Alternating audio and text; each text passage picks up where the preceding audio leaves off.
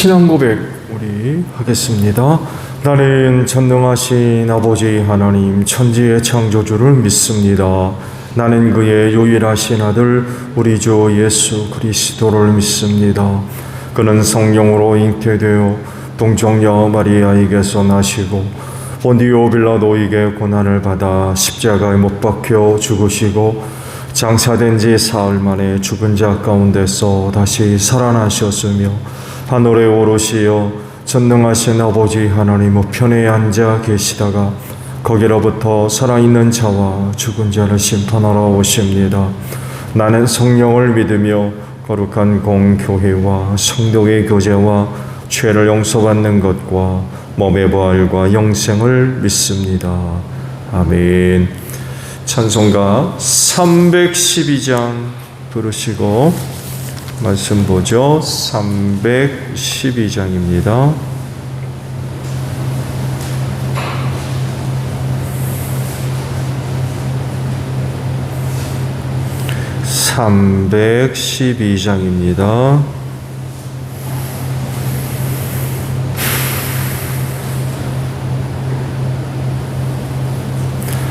너 하나님께 이끌리어 일평생 주만 바라면 너 어려울 때 힘 주시고 언제나 지켜주시리. 주 크신 사랑 믿는 자 그 반석 위에 서리라. 너 설레는 맘 가다듬고 희망 중 기다리면서 그 은혜로신 주의 뜻과 사랑에 만족하여라. 우리를 불러주신 주 마음에서 원하신다. 주 찬양하고 기도하며 내 본분임 쏟아하라. 주 약속하신 모든 은혜 내게서 이루어지리라. 참되고 의지하는 자 주께서 기억하시리. 아멘. 말씀을 봅니다. 창세기 49장이에요. 1절로 7절까지 봅니다. 창세기 49장 1절에서 7절까지 말씀입니다. 야곱이 아들들을 불러놓고서 일렀다. 너희는 모여라. 너희가 뒷날에 겪을 일을 내가 너희에게 말하겠다. 야곱의 아들들아, 너희는 모여서 들어라. 너희 아버지 이스라엘이 하는 말에 귀를 기울여라. 루벤아, 너는 나의 맏아들이요 나의 힘 나의 정력의 첫 열매다. 그 영예가 드높고 그 힘이 드세다. 그러나 거친 파도와 같으므로 또 내가 아버지의 침상에 올라와서 내 아버지의 침상을 더럽혔으므로 내가 으뜸이 되지는 못할 것이다. 시므온과 레위는 단짝 형제다. 그들이 휘두르는 칼은 난폭한 무기다. 나는 그들의 비밀 회담에 들어가지 않으며 그들의 회의에 끼어들지 않을 것이다. 그들은 화가 난다고 사람을 죽이고 장난삼아 소의 발목 힘줄을 끊었다. 그 노여움이 혹독하고 그 분노가 맹렬하니 저주를 받을 것이다. 그들을 야곱 자손 사이에 분산시키고 이스라엘 백성 사이에 흩어버릴 것이다. 아멘. 오늘 아침은요 4절 하반절에 있는 말씀입니다. 내가 으뜸이 되지는 못할 것이다 라는 말씀입니다. 받은 은혜가 크면 그 받은 은혜를 잘 누리는 그런 그 모습도 있어야 되지요. 받은 은혜는 큰데 은혜를 누리지 못하면 의미가 없죠. 그렇죠? 근데요, 말씀드린 대로 받은 은혜가 큰데 누릴 수 없는 그런 그 경우가 발생하게 되는데, 아마도 가장 큰 이유라고 하면 그 은혜 받은 것에 합당하게 살지 않기 때문인 것 같아요. 하나님으로부터 받은 은혜가 아무리 크고 놀라운 것이라 할지라도 하나님 앞에서 합당하게 행하지 않으면 받은 은혜가 아니라 그거 저주가 될 수 있어요. 짐이 될 수가 있어요. 그래서 은혜로 인하여서 감사하고 기뻐하는 그런 게 아니라 오히려 반대가 되는 그런 그 경우들이 있을 수가 있습니다. 그래서 받은 은혜로 선을 행하는 게 아니라 악을 행하는 그런 일들까지 벌어지게 됩니다. 그렇기 때문에 그리스도인은 하나님 앞에 온전해야 됩니다. 받은 은혜와 사랑이 세상 어느 누구보다도 커요. 세상에 그리스도인만큼 하나님의 은혜와 사랑을 받은 사람이 어디에 있습니까? 그렇기 때문에 어느 누구보다도 하나님 앞에서 합당하게 살아야 합니다. 그럴 때에 그 은혜가 자기를 구원하게 될 겁니다. 근데 그러질 못하면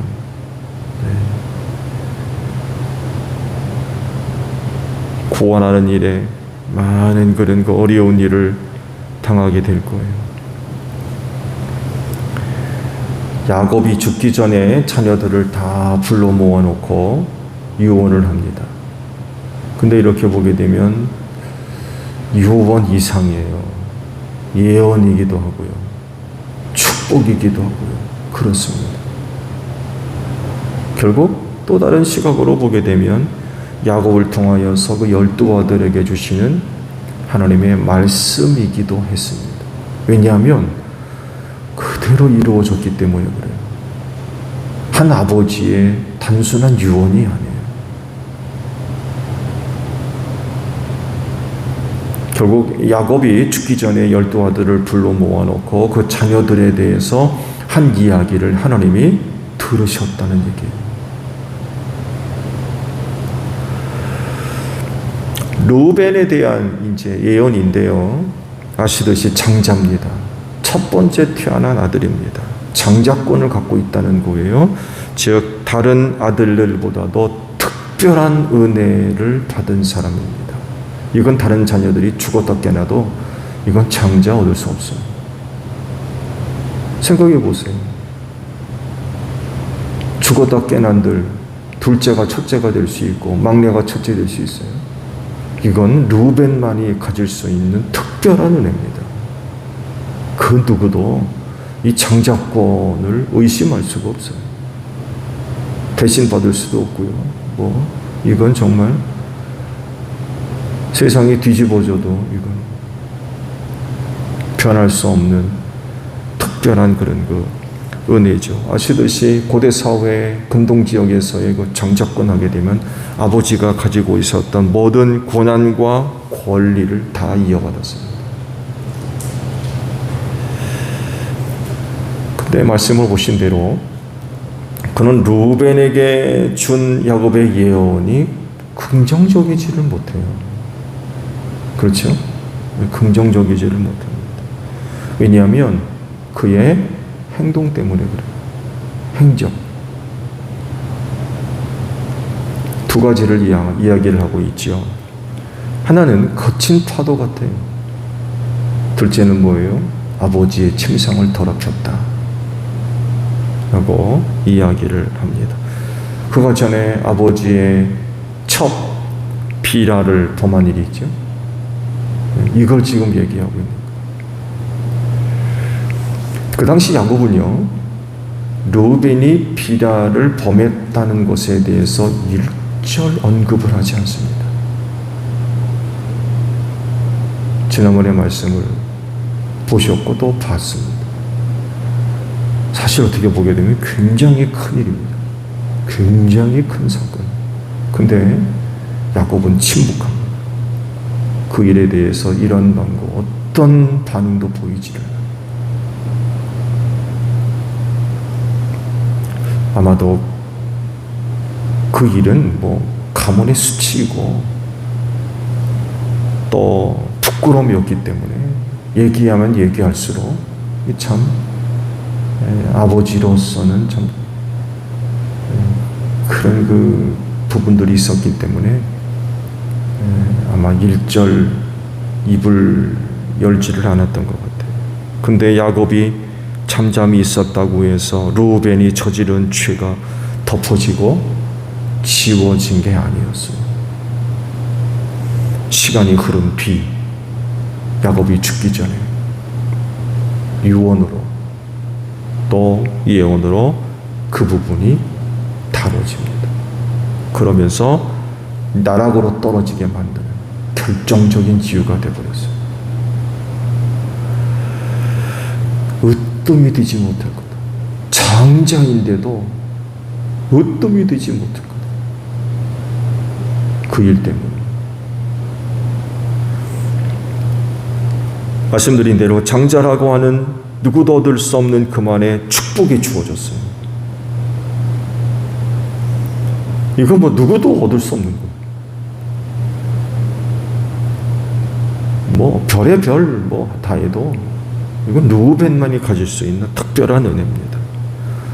근데 그는 그에게 주어진 소중한 은혜를 발로 걷어차버렸어요. 장자에 걸맞는 행동을 하지 않았던 거예요. 장자라면 그런 짓을 하면 안 되죠. 아버지의 침상을 더럽히는 일은 이건 장자만이 아니라 다른 아들들도 그건 있어서는 안 되는 그런 일이죠. 참 상상할 수 없는 그런 죄를 르우벤이 저질렀던 거죠. 결국 이 죄가 그의 발목을 붙잡았어요. 그리고 주저앉혔어요. 창작권을 가지고 정말 하나님의 위대하신 뜻을 이루어가는 일에 쓰임받아도 남보다도 특별히 쓰임받을 수 있는 그런 위치에 있었지만 이 죄가 르우벤의 발목을 붙잡고 주저앉혀버렸어요. 다시는 일어서지 못했어요. 그래서 의미하는 예언이 뭐냐? 내가 으뜸이 되지 못할 거다 라는 그런 그 말씀입니다. 장자의 고난을 잃어버렸다. 이제 말씀을 계속 보겠습니다.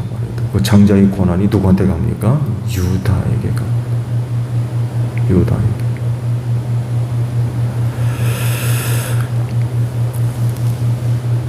이와 비교되는 인물이 또 하나 등장해요. 레위입니다. 레위. 자, 그 다음에는 시므온과 레위에 관한 예언을 야곱이 하죠. 놀랍게도 굉장히 부정적이에요. 야곱이 그 시므온과 레위에 관해서 예언의 말씀을 주는데 긍정적이지를 못해요. 뭐라고 합니까? 저주를 받을 거다라고 그래요. 저주를 받을 거다. 무슨 일 때문에 그렇습니까? 그 이유를 야곱이 드는데 그들의 노여움과 분노가 맹렬하기 때문이다 라고 이유를 이야기를 하죠. 그러니까 시므온과 레위의 노여움과 분노가 도가 지나쳤었다는 거예요. 적당해야지. 도가 지나치면 모든 것이 사실 문제예요. 이거 뭘 염두하고 야곱이 이런 예언을 하게 됐냐면 디나 사건입니다. 디나. 외동딸 하나 있었죠. 세겜 족장의 아들에게 겁탈당하잖아요. 어떤 일이 벌어집니까? 바로 이 시므온과 레위가 주동이 돼가지고 칼 차고 들어가서 세겜 사람들을 다 죽였어요. 몰살시켰어요. 약탈을 하고, 그리고 소의 발목에 힘줄을 끊었다고 그러죠. 약탈하면서 남는 거, 그러니까 장난 삼아서 발목에 힘줄을 끊어버렸대요. 그럴 정도로 시므온과 레위의 분노와 이런 부분들이 극에 달했었다는, 이게 야곱의 마음을 참 낙심시켰다. 그렇게까지 하기를 야곱은 전혀 바라지를 않았었어요. 말씀들을 보게 돼요. 근데 두 아들이 들어가가지고는 그런 짓을 했대요. 너희들 참 잘했다. 야, 세상에 왜 하나밖에 없는 외동딸 그런 일을 당했으니 너희들 참 잘했다. 그럴 줄 알았는데 야곱은 전혀 그러지 않았어요. 당시 그 두 형제가 주도가 되어가지고 벌인 일이 너무나도 야곱의 마음을 아프게 만들었었던 것 같아요. 그래서 받은 저주가 뭡니까? 야곱 자손 사이에 분산시키고 흩어버릴 거다. 그런 예언을 합니다. 그래서 결국에는요, 시므온 지파가요, 어떻게 되냐면 세력이 급격하게 줍니다. 그래서 세력이 너무나도 약해져서 땅을 분배받지를 못했어요. 유다 지파가 큰 땅을 분배받았거든요. 거기에 붙어서 삽니다. 몇 개의 성읍을 얻고 마칩니다. 세력이 급격하게 약해졌어요. 처음에는 시므온 지파가 세 번째로 많았어요. 그 자손의 수가 세 번째로. 굉장히 큰 지파였습니다. 근데 광야 생활을 거치면서 급격하게 그 수가 줄어버렸어요. 그러면서 말씀드린 대로 너무 약하니까 땅도 분배 못 받고 가장 넓은 유다의 한쪽을, 몇 개의 성읍을 얻고는 그냥 끝나버렸어요. 이렇게 줄 수밖에 없었던 사건이 광야에서 있었죠. 민수기 25장을 보게 되면 우상 숭배와 간음 사건이 기록이 되어져 나옵니다. 모압 여인들과 음행한 사건이 기록되어 있어요. 그들이 유혹에 빠져가지고 우상 숭배하는 일에 참여하게 되고 또 그 모압 여인들과 음행을 저지르는 그 주동된 지파가 시므온 지파예요. 또 시므온 지파. 이때 하나님으로부터 심판을 받아가지고 전체 인원수의 60%가 죽습니다. 60%가 넘게. 상당히 많이 죽었습니다. 그런데 아이러니하게도요, 시므온과 유다가 가까운 형제라고 그러잖아요. 가깝게 지낸, 한 배에서 태어난 형제 사이 맞습니다. 가깝게 지냈습니다. 둘 관계가 다른 어떤 형제들 사이보다도 가까웠어요. 그러니까 둘이 짝짝꿍이 돼가지고 세겜성에서 그런 일을 벌였고, 근데 광야에서 이 사건에 결정적으로 둘 사이가 바뀝니다. 시므온 지파가 그런 죄를 저질렀을 때에 하나님이 그 지파를 심판하기 위해서 도구로 쓰려 하실 때에 나섰던 지파가 레위였습니다.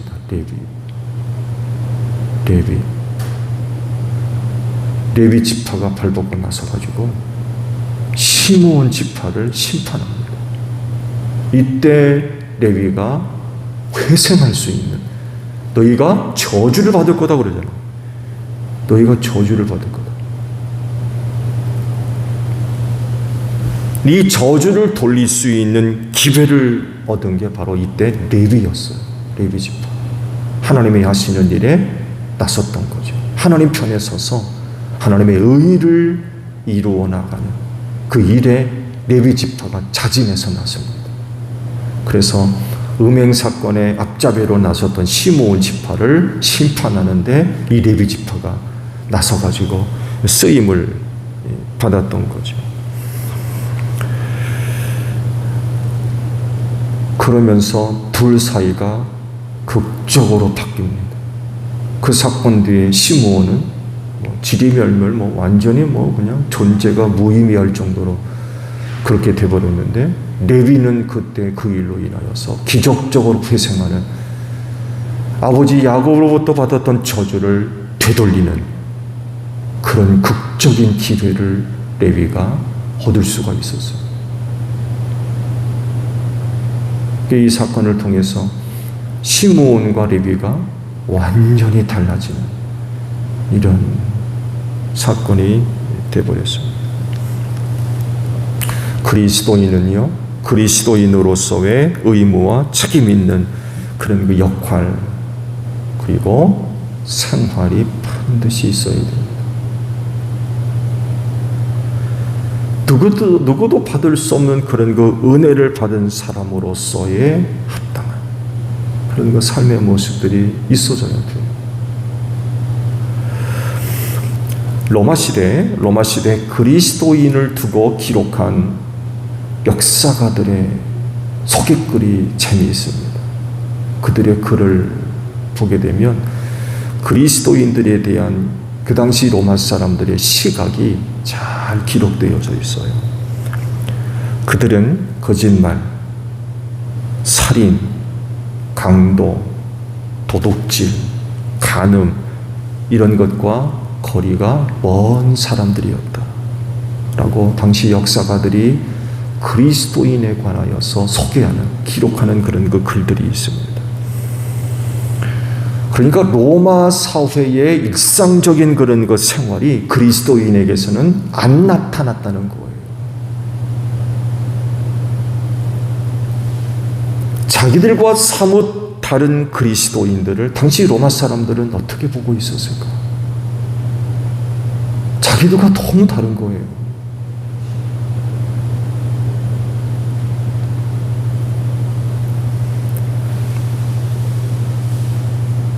그것 때문에 그리스도인들이 사회로부터, 그 시대의 로마 사람들로부터 얼마나 미움을 받았는지 몰라요. 핍박받고 빼앗기고 약탈당하고 매맞고 죽임당하고 그런 생활에 밀려서 이곳저곳으로 떠돌아다니는 나그네 생활을 했습니다. 비참하게 살았어요.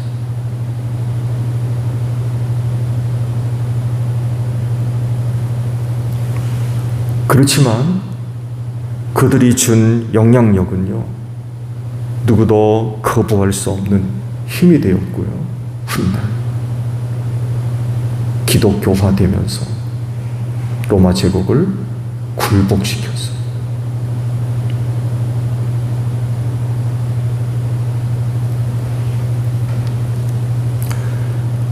이런 모습들을 볼 때 이 시대를 사는 그리스도인은 그리스도인됨에 대해서 뭘 보여주고 있느냐? 뭘 보여주고 있느냐? 여러분 뭐 보여주고 있나요? 그리스도인으로서.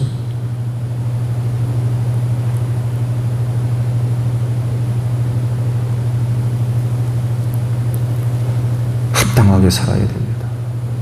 그것이 설상 이 사회에서 버림받고 미움받으며 배척받고 핍박받고 미움받는 그런 곳이랄지라도 합당하게 살아야 됩니다.